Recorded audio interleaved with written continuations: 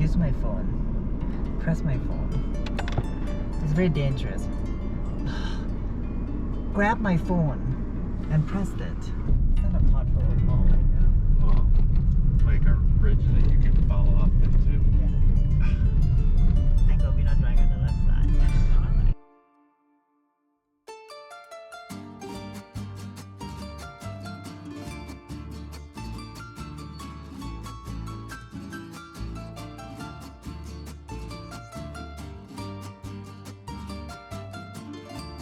We are on a road trip through the state of Oaxaca in Mexico, and it is beautiful here. There's so much diversity in landscape. We've crossed through desert, through mountain towns. Now we're in the tropics, and we are headed toward a beautiful, beautiful waterfall. This one is definitely off the beaten path. Hi, my name is Mark. And not too long ago, my work contract ended, and I just decided I wanted to take a break to make a concrete plan to travel the world. That's what I'm working on. But let's not get ahead of ourselves. There's a lot to see between Oaxaca City and the coast, even though many people just fly over it. Just stopped at Teotitlan del Valle, and it's a very cute little town. We don't have a lot of time to spend here. We want to get down to Mitla and Hierve el Agua, which will take a little bit of time, but you could definitely spend a day here. A lot of little shops and things to explore. Textiles is definitely a big thing in this town. I mean, if you want tapestry to decorate every room, I know. I mean, yeah, you could spend the full day just looking at all these shops if you wanted to pick out like the perfect rug. No, there's no such thing perfect rug. Buy every rug here. Place an order now. 3 months later, you pick up your own special rug. So you get out all the dirt. Yeah, and this is smooth it. carding the wool. I'm use spinning wool. This is make dirt. I see. Do you remember the movie, the Speeding Beauty? Yeah, yeah. The dream, Right. yeah, See, the Princess Dream. Right. Sorry, this is the finger. Prick. Third process is make the dirt. This is different colors. This is cochinilla, indigo, Huizache, I don't know the name in English, only Spanish. Huizache and Zapote Negro. Ah, moss? Almost. Ah. The color is the pink. Oh, Really? okay. Yes, this is the birds. Okay. This is the color is only natural. Right, okay. Now, I'm not an expert in textiles, but I just think it's awesome that these weaving techniques have been passed down through generations. A lot of the people who are doing this work are of Zapotec descent. So I was trying to figure out how to get into the church. Okay, yeah, it looks like we'll be able to get into the church up here. It's beautiful. You can tell that it's really old.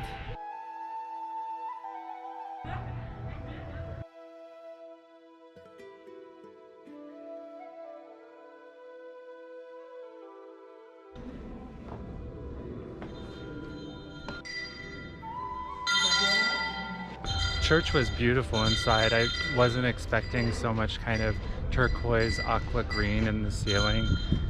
That's rare to find in a church, and I felt it made the church, very distinct. Now, if we were going to go straight to the coast, the main highway is smooth if twisty in some places, with some different rules of the road.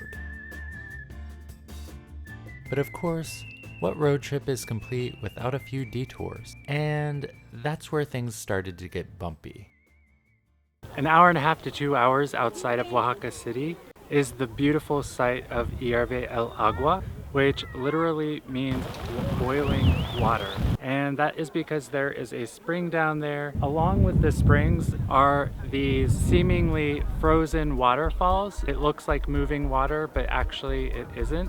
Despite its name, these are not hot springs, but people can and do swim in these pools. The bubbles come from a kind of natural carbonation, and though most people are drawn to the most obvious springs on top of the mountain, if you hike around, you quickly realize that underground waters are below a lot of where you walk.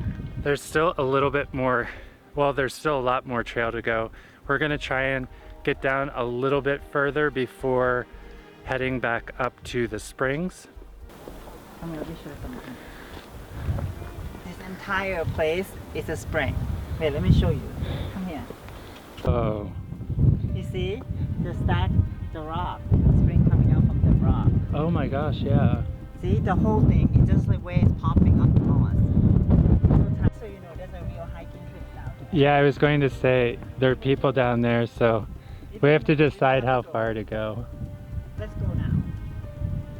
Go back up. No, let's go a little bit. It says something about canales pre-Hispanic canals, but I don't know what they're referring to. I'm sure there's a canal just built by the indigenous people. Yeah. The Zapotecs used these waters for irrigation as far back as 1300 BC.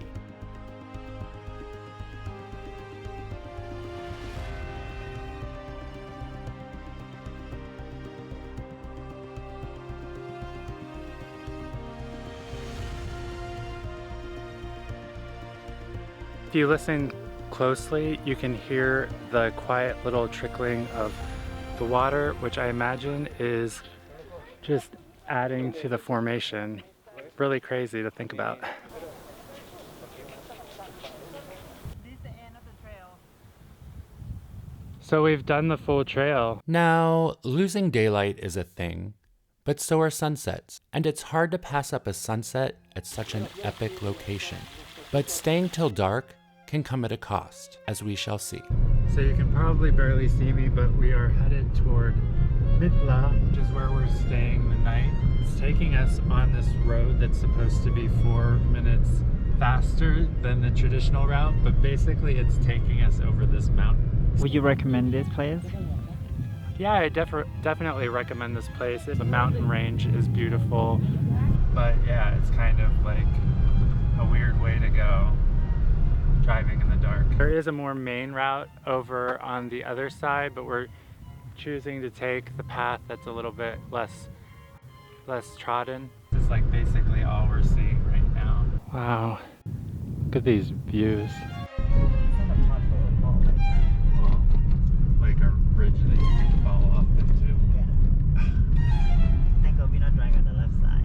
This isn't the last time on this trip that we experience mountain driving. The next time, though, we'll want to get to the middle of nowhere. We're almost at our next stop, which is an ecological reserve. In life, sometimes the scariest thing is what could happen, but sometimes the best memories also come from what could happen. Even this bit of randomness. We are in a small but growing city called Mitla. We actually got here on Christmas Eve, perhaps just because of what I'm used to. I was expecting it to be like quieter in the city.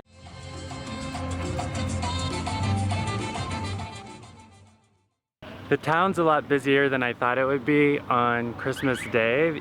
There's still some places that are closed, but like the market is open. A lot of different vendors are opening up. I guess it's all just basically personal preference, but there's a nice positive energy in the city today. Mitla seems to be a hub for the region, with the city attracting visitors from nearby towns. The festival kind of reflected this in its decorations. Mitla is historic in its own right. Like as you walk around, there are different areas that are marked as archaeological sites. So there is a lot of history here. Right behind me is one of the archaeological sites that Mitla is famous for. Here's another site that's actually right behind the local church. This sign is one of the reasons I think that this town is really working hard to grow, just because we see this kind of sign everywhere on all the major landmarks around the city. So people are just really proud of their community, and it's obvious it's like attracting a lot more people. Another thing that we ran into is that the ATM here in the center of town doesn't have any more money, probably because of the festival yesterday, and we need to find a different place to get some extra cash. We sometimes have speed bumps in the US, but they are literally everywhere in Oaxaca. They're used to enforce speed limits and can royally mess up your car if you're not careful. They are in neighborhoods, but even on major highways. Signage can be inconsistent, but here are some things to look for.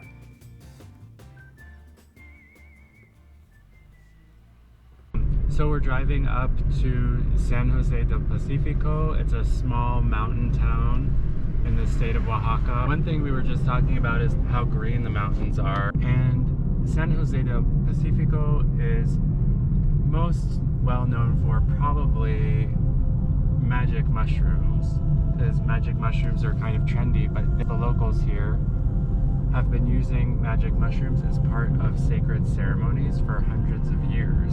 And you don't have to come here for magic mushrooms. There are other different types of ceremonies you can participate in. And also the scenery is just breathtaking. So as you can see, there's a really nice balcony with a little bit of a view that we'll probably be able to see better in the morning because it's a little bit less foggy in the morning. The fog tends to rise as the day gets hotter over by the coast, and then all of that precipitation gets trapped in the mountains in the afternoon, and that's what makes it so foggy.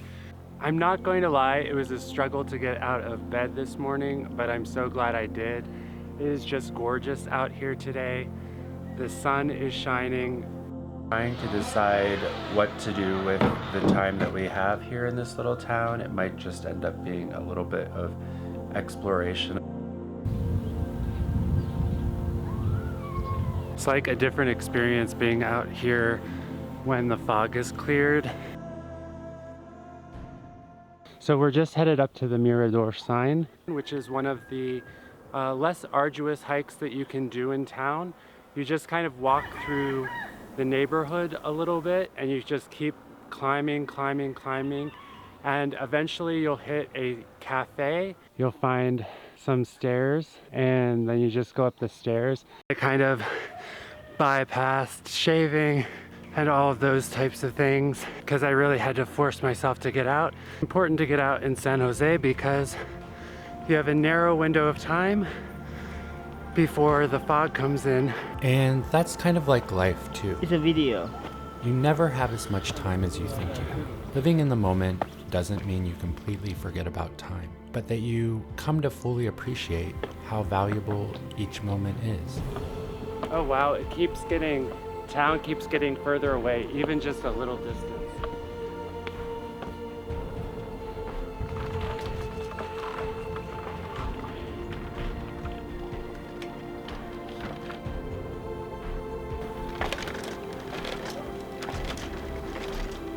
They'll even build like a higher staircase, even above the sign. Let me give myself a breath.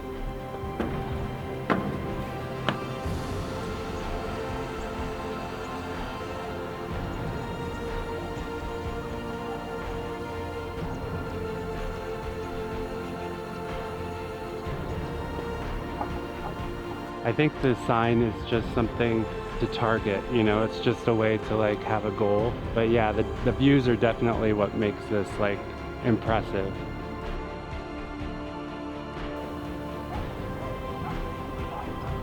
I was not expecting this. This came as a complete surprise. More like romantic Yeah, it's soiree. Yeah, it's definitely an Instagram moment. The scenery. Ooh, am I gonna fall off? Maybe. Voila. Welcome to San Jose.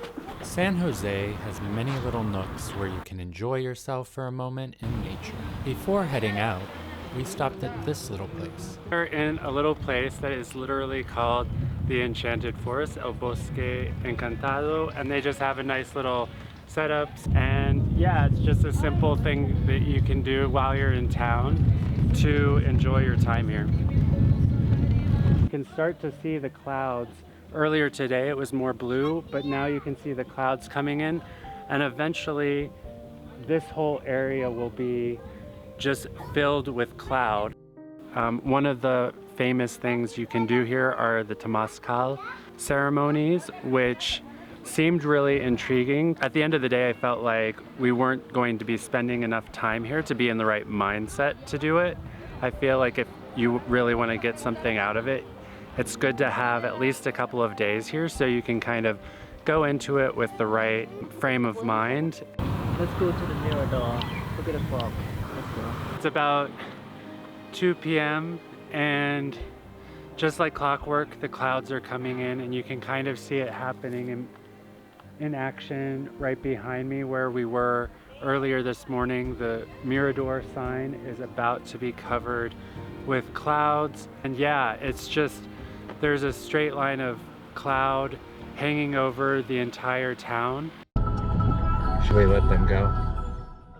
On the road to Santa Maria HUATULCO, we've just been driving along these small, narrow mountain ranges for a couple of hours. And this road in particular we're on is very precarious. It's like a difficult drive. The scenic aspect of it is amazing. We almost think that that orange that is in the background is probably the Pacific Ocean.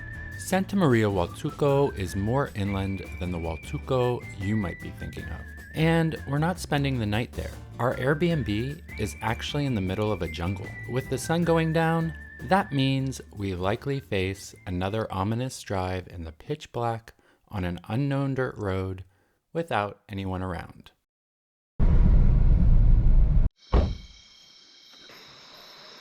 We just made it to our little outpost. This is a little eco reserve that is close to a bunch of waterfalls that are in this area. This is our front yard. So just a short walk from the cabana is this rushing water. It may look like I'm just in a tropical forest right now, but I'm actually at my hotel for the day. It's actually an ecological reserve. All of the lodging is made up of a number of different cabanas, and the cabanas are kind of circular shaped and have, you know, your bedroom area, a little wardrobe area, the bathroom, and a sitting area. But the main thing that you're paying for staying here is to be close to beautiful waterfalls that are in this area. So as you walk along this trail, it's just, they have a lot of mini waterfalls, so I think that's why it's like kind of the magic waterfalls, because it's just like one after another and the water is so crystal clear and blue.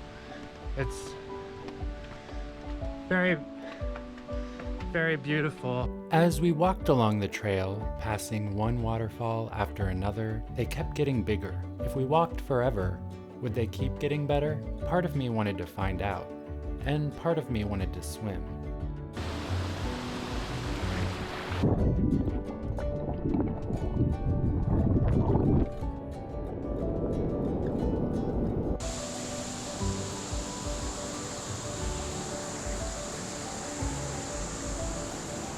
There's more.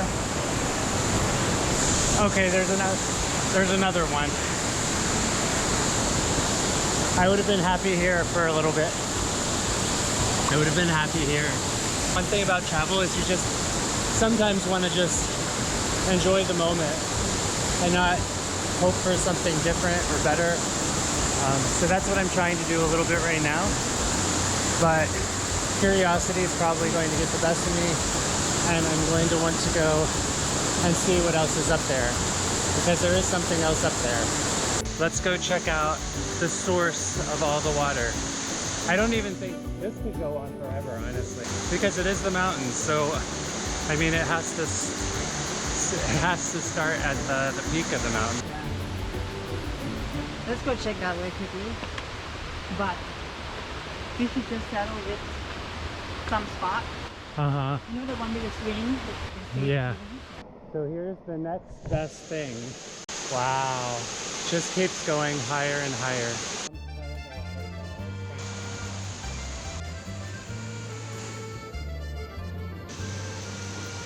It's the rocks, it's the speed of the water that can like either carry your flip-flops away or make you trip and fall.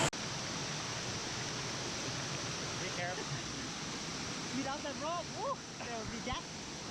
This part is the end of the hike, but it's still like, there's still things to do here. They have this little drawbridge again, so that's fun.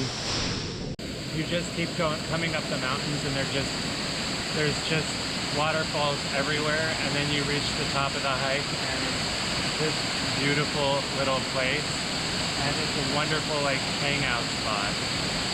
You could definitely spend a couple of days here with your family or friends. But we didn't stay too long at the big waterfall. We were drawn back by the simplicity of the smaller falls earlier on the trail.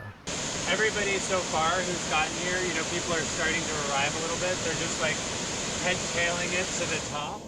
But like, in my opinion, like, you can find lots and lots of nice little places to relax along the way. You don't always have to worry about your final destination. You can just enjoy the moment. On the other hand, do you think it's possible that there's something better out there?